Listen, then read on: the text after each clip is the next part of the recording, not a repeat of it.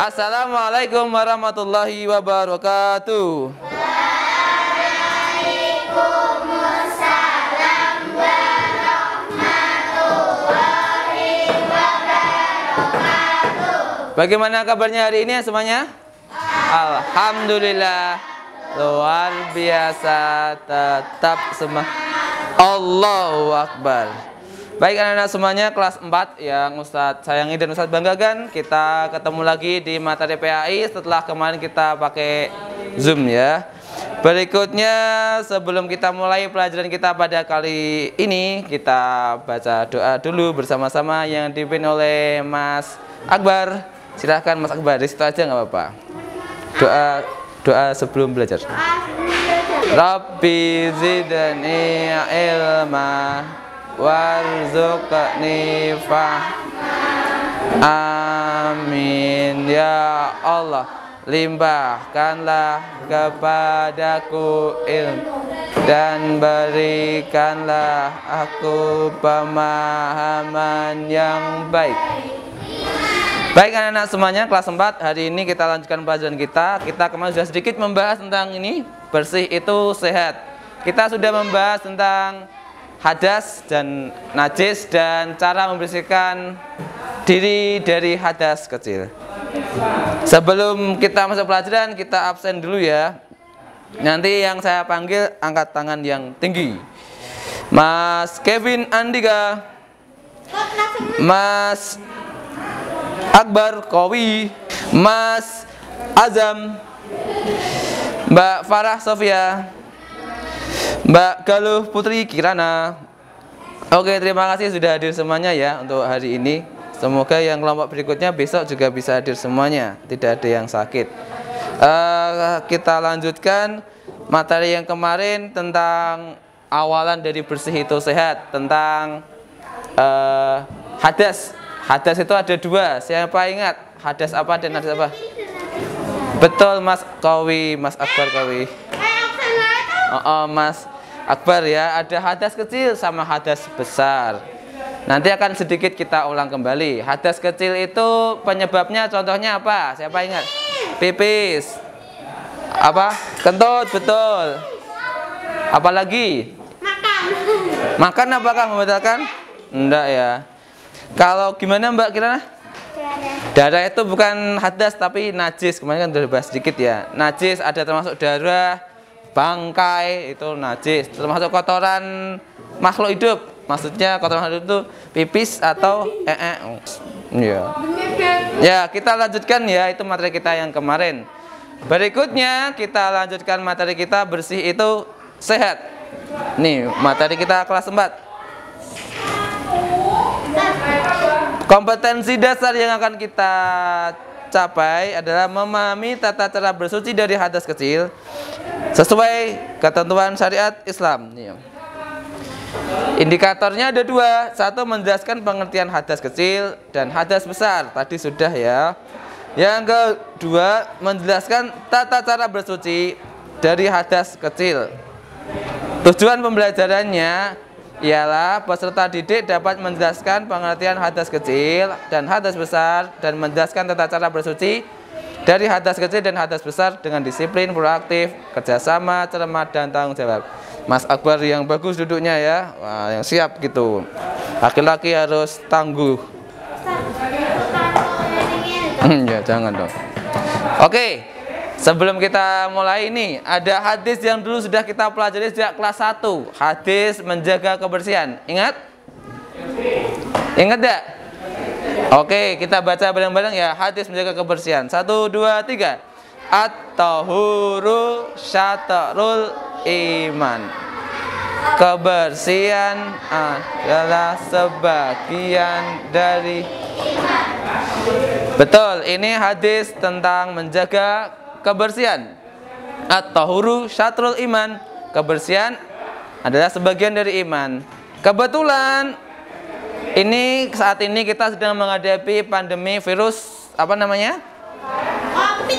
Virus COVID, virus corona, COVID-19. Covid corona sih. Ya enggak, sekarang 19. Dan salah satu kiat-kiat untuk menjaga diri dari penyebaran virus corona, ya ini menjaga kebersihan. Kayak di gambar ini ada ya, mencuci tangan pakai sabun. Karena dengan rajin mencuci tangan, rajin menjaga kebersihan, insya Allah akan menjaga diri kita dari terpapar virus corona, begitu. Apa gimana? Apakah di sekitar kalian ada teman atau tetangga yang pernah kena virus corona? Ada? Di RT sebelah ada? Budenya Dewi. Di Klero ada Mbak Farah? Ada. Di tempat lain ada? Di tempat mana ada juga? Udah sembuh semuanya, alhamdulillah. Ada yang saat ini masih isolasi ada? Ada? Enggak ada, udah sembuh semuanya. Udah sembuh semuanya ya, alhamdulillah gitu. Nah, berikutnya ini kita akan belajar tentang toharoh. Apa itu toharoh?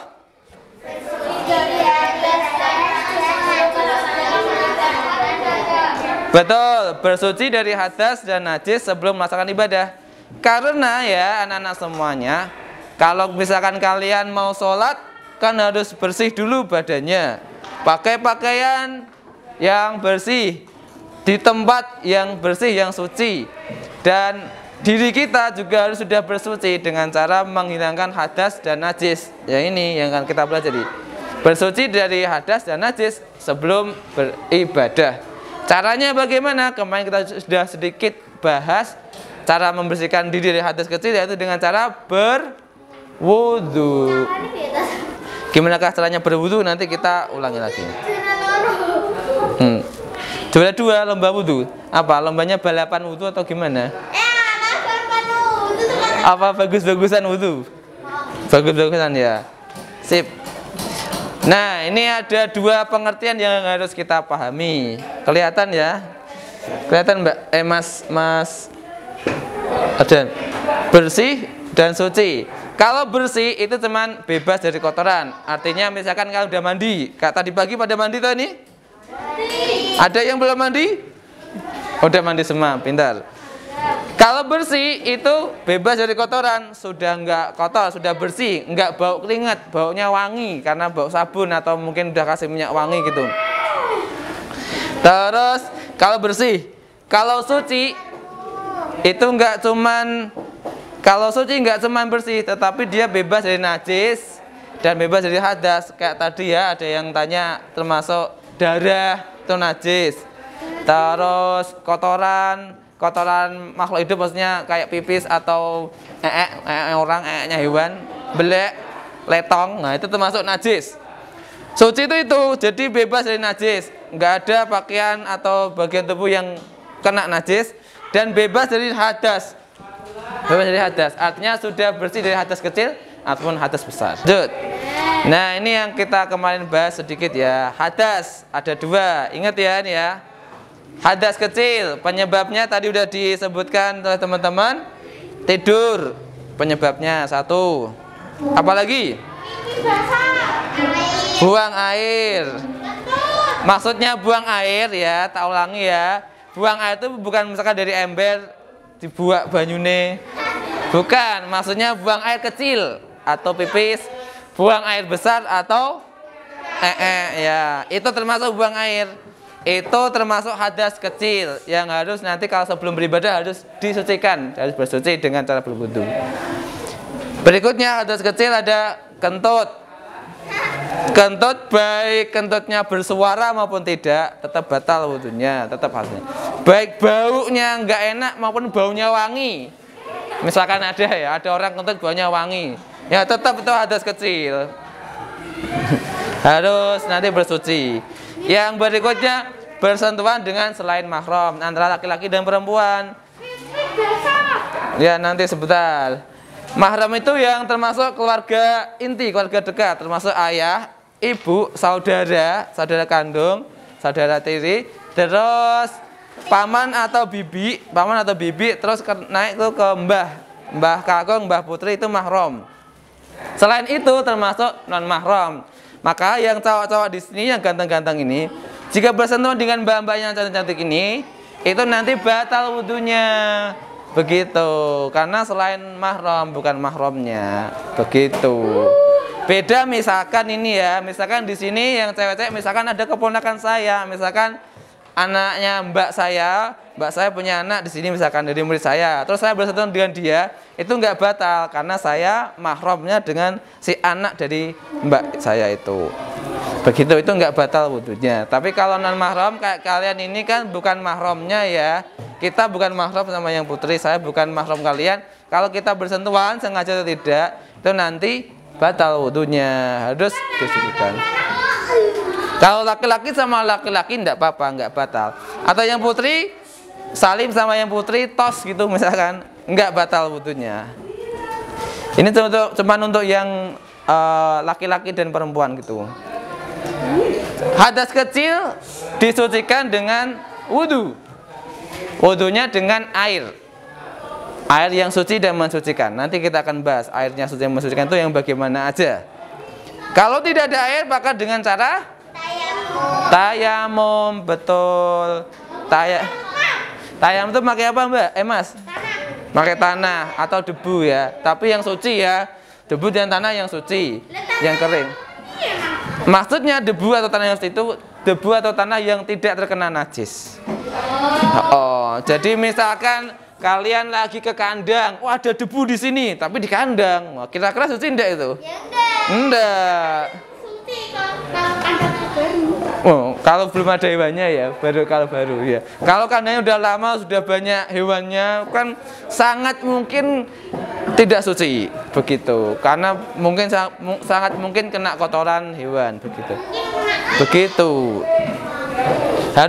Harus debu yang suci atau tanah yang suci. Dan diusahakan bukan debu yang berair. Karena debu yang berair itu namanya lumpur. Kalau kalian tayamum sama lumpur ya wah, jadi kayak bedaan nanti ya. Jangan. Bedaan pakai lumpur. Yang kedua adalah hadas. Ingat ya, hadas besar itu penyebabnya ada beberapa. Bagi laki-laki mimpi basah. Mimpi basah. Itu kalau udah gede tapi ya, kalau anak-anak kelas 4 mungkin belum mimpi basah belum. Itu ketika kalian udah gede, kalau sudah balik nanti ada mimpi basah. Kalau sekarang belum. Mimpi basah itu ketika yang laki-laki suatu malam tidur, terus ketika bangun nanti kayak orang ngompol dikit, tapi cairannya kental. Begitu ompolnya. Nanti ada penyebabnya. Karena nanti kalau kalian udah kelas 5, kalau udah kelas 5 atau kelas 6, ketika nanti masuk di usia balik, nanti akan dijelaskan lebih lanjut sama ustadz atau ustadzah, begitu ya. Iya nanti. Yang perempuan hadas besar penyebabnya satu haid. Tahu ya haid ya yang putri ya. Haid itu kan kondisi ketika mengeluarkan darah. Setiap bulan sekali biasanya, kurang lebih lamanya ini beda-beda tapi rata-rata 7 hari satu orang. Perempuan 7 hari rata-rata. Begitu. Yang itu rutin ya setiap bulan. Yang kedua nifas, nih yang perempuan. Nifas tahu? Kalau mbak-mbak ini nifas tahu enggak? Enggak. Yang laki-laki tahu nifas? Azam ganteng. Nifas tahu enggak ini? Kita mandi kain kapas. Bukan mainin kapal. Nifas itu adalah orang atau ibu yang melahirkan anak. Ketika melahirkan anak kan ada darah yang keluar. Nah itu namanya darah nifas, kondisi nifas. Jadi habis melahirkan masih sakit, masih keluar darah dari tempat lahirnya bayi itu namanya nifas. Darah nifas yang keluar itu namanya. Kurang lebih rata-rata itu sekitar 40 hari. Nah 40 hari. Iya memang belum sembuh sampai 40 hari. Lama banget ya, 1 bulan lebih 10 hari. Itu nanti ya kondisi orang-orang ya kayak Ustadzah Dini kan habis melahirkan itu ada kondisi nifas beliau Mbak Dini, Ustadzah Dini. Nah, nifas itu rata-rata 40 hari, tetapi nanti bisa beda-beda. Kalau kondisi fisiknya, tubuhnya sehat dan kuat tuh mungkin nggak sampai 40 hari sudah selesai. Kalau misalkan mungkin ada hal lain, penyebab lain bisa jadi 40 hari lebih, tapi rata-rata 40 hari saja. Bisa 15 minggu ya bisa. Tapi semoga enggak lah, kasihan kalau 15 minggu kelamaan. Jangan, kasihan dong. Oh enggak, Ustazah Dini nanti segera berangkat, paling 2 mingguan lagi udah berangkat. Hadas besar disucikan dengan mandi besar atau mandi jinabat. Mandi besar namanya, atau mandi jinabat nama lainnya. Kalau tidak ada air, sekali lagi boleh dengan tayamum. Kan kalau pakai sabun terus. Iya, kalau pakai sabun. Tuh hadas ya. Gimana? Enggak, itu bukan tanya. Tas ke Ibrahim lagi ini. Enggak, kan harus dibasuh. Lah ya kertas bekas. Gimana? Kertas baru digini-gini tas. Kalau wudhu dengan kertas digini-gini kan, kertasnya dibasahi. Enggak boleh, karena ada gerakan wudhu yang harus dibasuh, bukan dioles-oles. Dibasuh, beda ya. Kalau dioles-oles kan pakai air ngin-ngin tok. Dilak. Oh, enggak, itu kayak orang sabun. Nah, ada yang harus dibasuh, dialirkan air.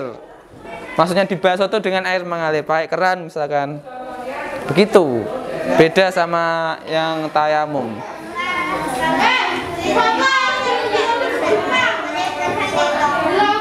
Apa Mbak Farah? Boleh berhenti atau tidak airnya gitu. Ya tergantung, kalau pas ganti gerakan boleh berhenti. Kalau pas sedang gerakan tertentu ya jangan berhenti. Kalau itu boleh ngomong enggak? Sebenarnya bukan nggak boleh, tapi lebih utamanya itu tetap diam. Begitu. Gimana?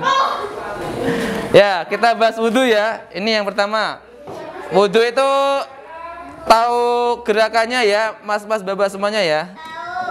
Ini syarat sah dulu. Wudhu akan sah jika memenuhi syarat ini, ada 4. 1, 2, 3, 4. Kalau syaratnya ini terpenuhi, maka insya Allah wudhunya sah. Yang pertama, beragama Islam. Mas Akbar silakan duduk yang bagus. Yang pertama, beragama Islam. Kalau tidak Islam berarti wudhunya, misalkan ada orang wudhu tapi dia tidak Islam, non Muslim, berarti tidak sah wudhunya. Yang kedua, mumayyiz. Ingat mumayyiz itu apa? Ada yang ingat mumayyiz? Mumayyiz itu azam ngapain jam? Mumayyiz itu artinya bisa membedakan hal yang baik dan yang buruk. Bisa membedakan hal yang baik dan yang buruk. Misalkan nih,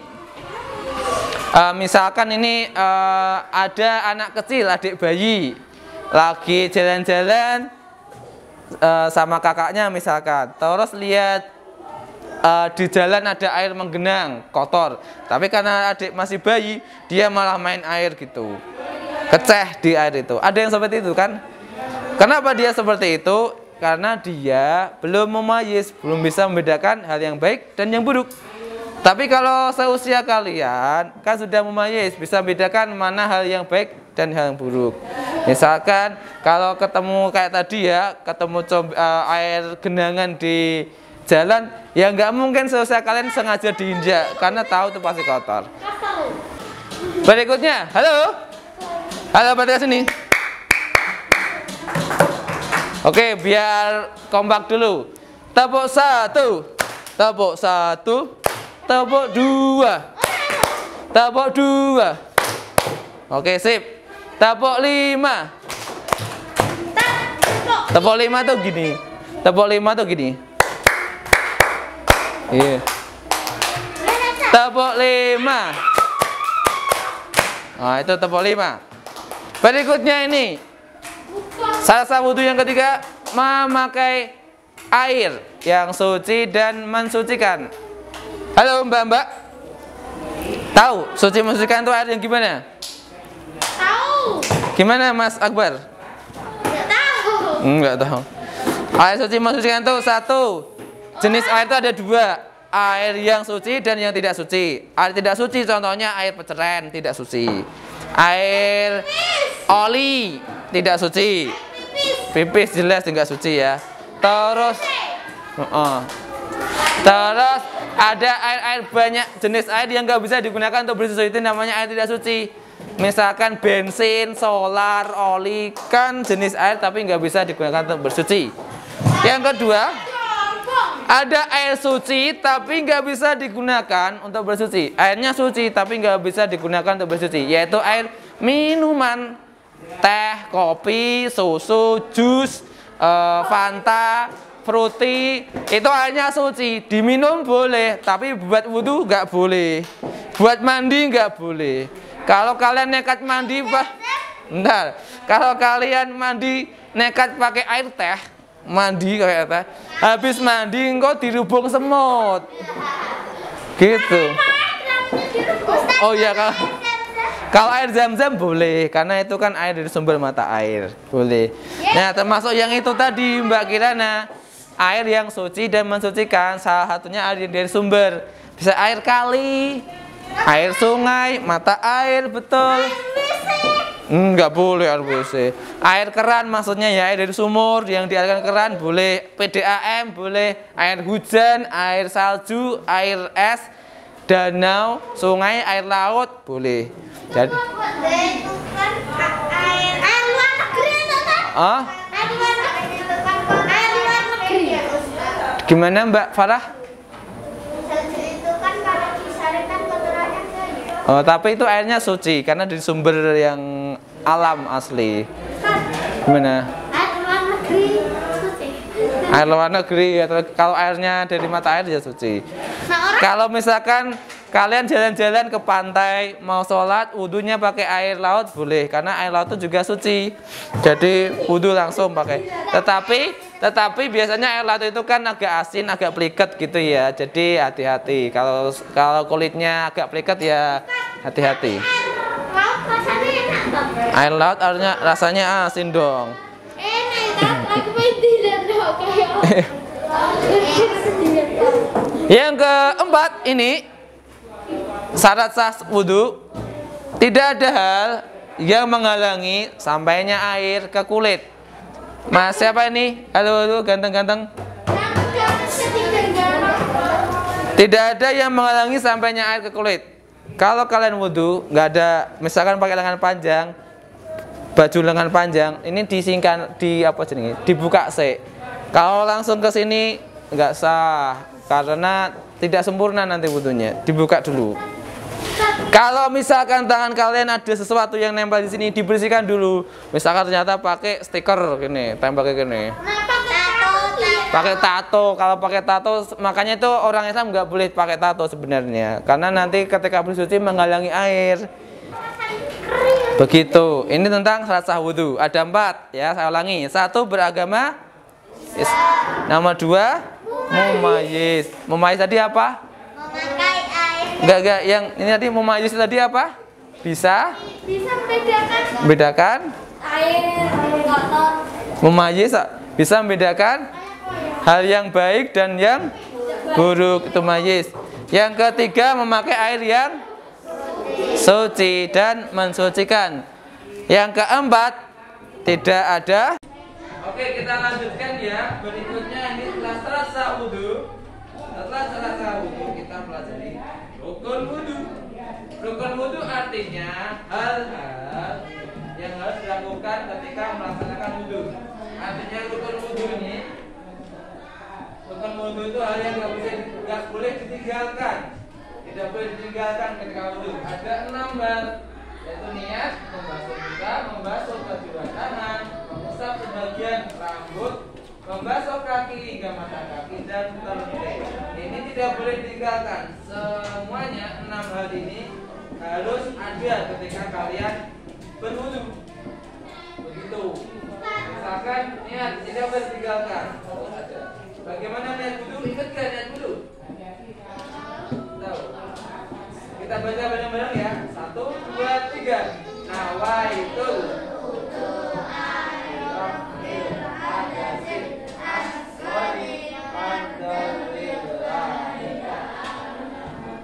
Ya, betul, itu tadi niat berwudu.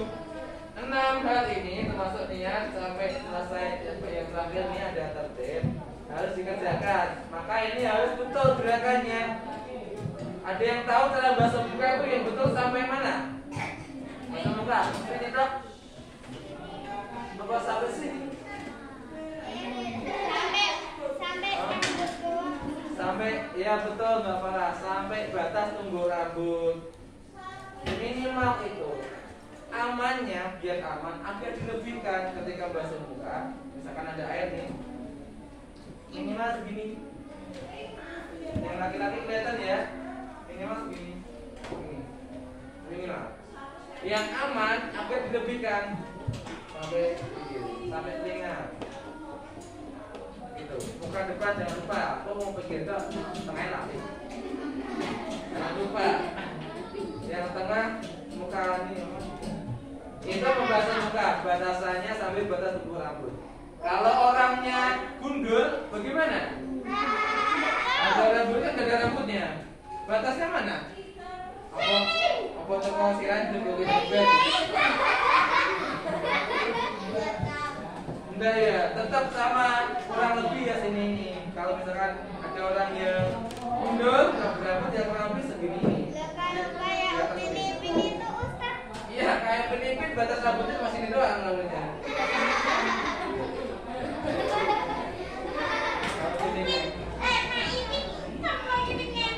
Iya. Biasa gitu ya, tetap sama ya. Orang yang nggak punya rambut kayak Filipin ya tetap sini, sekitar di atas telinga. Yang ketiga, membasuh kedua tangan hingga siku. Siku itu ya ini. Ya, minimal sampai sini ketika membasuh tangan. Lebih amannya berarti dilebihkan ya Mas Kowi, dilebihkan. Tapi kalau ada gini banget, ya agak sini aja. Naik. Itu ya. Ketika basuh tangan sampai sana, sampai mana, bagus. Sampai atas siku sini ya, sampai siku minimal. Yang nomor 4, mengusap sebagian rambut. Sebagian aja, nggak usah banyak. Tetapi kalau mau semuanya juga boleh. Minimal 3 helai rambut. Jadi ikan pas kalau mau sapi pas 3 helai rambut dihitung sih. Tapi nggak usah gitu-gitu banget ya. Rukun yang tidak boleh ditinggalkan ketika wudhu yang nomor 5 adalah membasuh kaki hingga mata kaki. Membasuh kaki hingga mata kaki. Mata kaki itu adalah bahasa Jawanya polok, yang tulang yang menonjol di kaki ini. Biar aman maka membasuhnya dilebihkan lebih ke atas sedikit. Begitu. Kalau mau basuh sampai lutut boleh enggak? Sampai lutut. Boleh enggak? Kalau wudhu yang dibasahin sampai lutut boleh enggak? Boleh. Kan yang penting kan sampai ini mata kaki ya, sampai yang tubuhnya tulang yang menonjol ini. Yang nomor 6, tertib. Apa maksudnya tertib? Tertib dari kamu tuh ya, gimana maksudnya? Tertib artinya urut, tidak boleh dibolak-balik. Jadi misalkan aku tak basuh muka terus kaki, baru kaki nembe tangan, baru kaki niat, gitu. Nggak boleh. Harus urut ya. Urut pertama niat, yang kedua basuh muka dan seterusnya. Tidak boleh dibolak-balik. Apalagi dari belakang, basuh kaki terus rambut terus tangan nggak boleh. Harus urut dari. Kenapa harus urut? Ya karena wudhu itu memang urutannya seperti itu, tidak boleh dibolak-balik. Kayak orang sholat masuk salam lagi ngadeg, kan salam yang terakhir. Wudhu yang pertama adalah dianjurkan membasuh 2 tangan hingga pergelangan tangan. Kata-kata dianjurkan ini berarti hukumnya sunnah. Jika dilakukan akan mendapat pahala. Jika tidak dilakukan maka tidak membatalkan wudhu kita. Ya. Dengan mengucapkan Bismillahirrahmanirrahim. Kemudian yang kedua, dianjurkan, hukumnya sunnah, dianjurkan berkumur-kumur dengan sempurna. Kumur-kumur di dalam mulut, airnya dimasukkan ke dalam mulut, kumur-kumur, kemudian dibuang lagi. Dianjurkan dengan jumlah 3 kali, itu hukumnya sunnah. Yang ketiga, dianjurkan membasuh rongga hidung dengan cara menghirup air. Ya, air dimasukkan ke dalam hidung, kemudian dihirup, dikeluarkan. Dilakukan sebanyak 3 kali. Kemudian kalau yang keempat ini hukumnya wajib. Jika tidak dilakukan maka wudunya tidak sah atau batal, yaitu diwajibkan membasuh muka dengan sempurna. Ya, muka semuanya mulai dari dagu sebelah bawah sampai batas rambut yang ada di atas sampai ke telinga harus terusap atau terbasuh dengan air. Kita membasuhnya 3 kali, ya, dengan membaca niat lafal niat wudu sebagai berikut: nawaitu wudu'a liraf'il hadasil asghari fardhan lillahi ta'ala. Ya, sambil membasuh muka. Artinya aku niat berwudu untuk menghilangkan hadas kecil karena Allah Ta'ala. Kemudian yang kelima, diwajibkan membasuh 2 tangan dari ujung jari hingga siku. Ya, dari ujung jari hingga siku diwajibkan membasuh 2 tangan, ya, dari ujung jari, ujung jari hingga siku, 3 kali. Maksudnya 3 kali kanan, ya, 3 kali kanan selesai, kemudian 3 kali kiri. Jangan, ya, boleh tapi tidak sempurna. Jangan 1 kali kanan, 1 kali kiri, 1 kali kanan, 1 kali kiri, 1 kali kanan, 1 kali kiri. Dianggap sudah 3 kali seperti itu. Kalau gonta-ganti berarti ya kurang afdol, ya. Afdolnya adalah 3 kali tangan kanan semuanya, baru 3 kali tangan kiri. Wajib hukumnya membasuh tangan. Kalau lupa tidak sah wudunya. Yang keenam, diwajibkan menyapu, mengusap kepala sebagian kepala, cuma rambutnya toh dibasahi, ataupun seluruhnya, semuanya. Ya, itu hukumnya wajib. Ya, kalau semuanya itu lebih bagus, tapi kalau cuma separuh ya tidak apa-apa, tidak batal wudunya. Ya, yang bagus semuanya. Kemudian yang ketujuh, dianjurkan mengusap 2 daun telinga bagian luar dan dalam. Dianjurkan mengusap 2 telinga bagian luar dan dalam. Ini hukumnya sunnah. Jika dilakukan dapat pahala, jika tidak dilakukan tidak membatalkan wudu. Yang dia tahu kata dianjurkan, ini hukumnya sunnah. Kalau diwajibkan wajib, kalau tidak dilakukan tidak sah. Yang ke-8, diwajibkan membasuh kedua kaki hingga ujung telapak kaki hingga mata kaki. Lebih sempurna basuhan dari batasnya agar lebih sempurna, ya. Diwajibkan membasuh 2 kaki dari ujung telapak kaki hingga mata kaki, ya.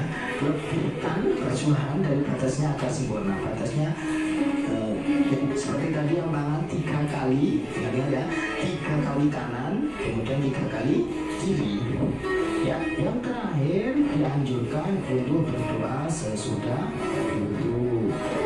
Dianjurkan langsung berdoa sesudah wudu. Baik, itu tadi video tata cara berwudu. Ukurannya seperti itu, ya.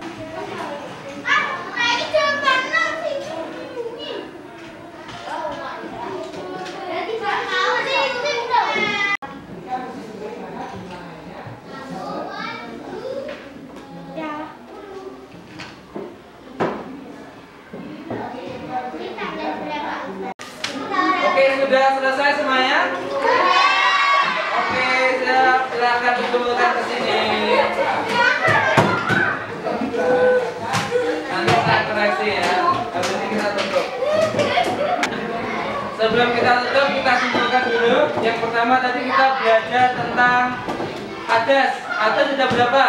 2. Apa saja? Hadas kecil dan hadas besar. Hadas kecil penyebabnya contohnya apa? Pipis. Contoh apa lagi? tidur.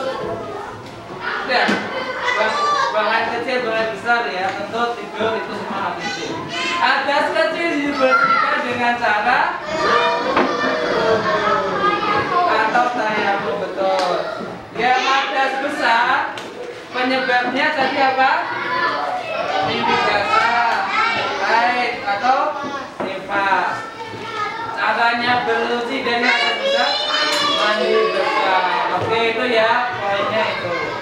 Berikutnya cara berwudu harus niat, harus tertib ya. Urutannya tidak boleh dibolak-balik. Oke, ada yang mau tanyakan lagi? Oke, berikutnya kita tutup dengan